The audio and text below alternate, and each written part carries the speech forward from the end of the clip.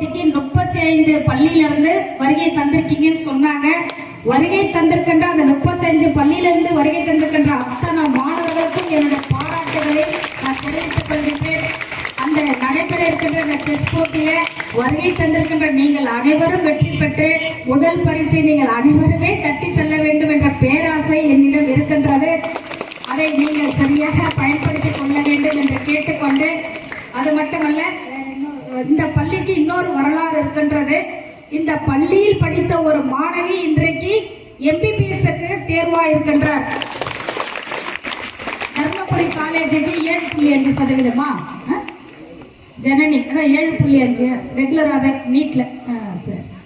இந்த பள்ளியில படிக்கின்ற ஒரு மாணவி இன்றைக்கு தர்மபுரி மெடிக்கல் காலேஜில் இன்றைக்கு ஒரு வருங்கால மருத்துவராக இன்றைக்கு இருக்கின்றார் என்பது உண்மையிலேயே பெருமையாக இருக்கின்றது.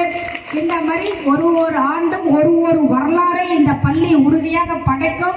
ஏன்னா அதற்கு தகுதியான தலைமை ஆசிரியரும் அதற்கு தகுதியான இந்த டீச்சர்ஸும் நீங்க இங்க இருக்கீங்கன்றது நல்லா தெரியுது. அதனால ஒரு வகையில பொறாமையா கூட இருக்கு. நான் கூட இந்த ஸ்கூல்ல எங்க அப்பா அம்மா சேர்த்திருந்தா இங்க டாக்டராவோ ஒரு இன்ஜினியராவோ ஒரு கலெக்டராவோ வந்திருக்கணும் என்னவோ. சரியான ஸ்கூல்ல தேர்வாவா சேர்க்கறதுனால்தான் இன்னைக்கு இங்க சட்டமன்ற உறுப்பினரா வந்திருக்கிறேன். உண்மையிலே மகிழ்ச்சியான பள்ளியா இருக்கு. உண்மையிலே ரொம்ப பாராட்டு.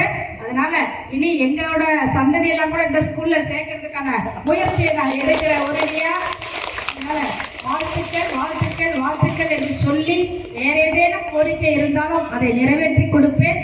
எந்த நிலையிலும் உங்களுக்காக பணியாற்ற நான் இருப்பேன் என்பதை சொல்லி விடைபெறுகிறேன். நன்றி, வணக்கம்.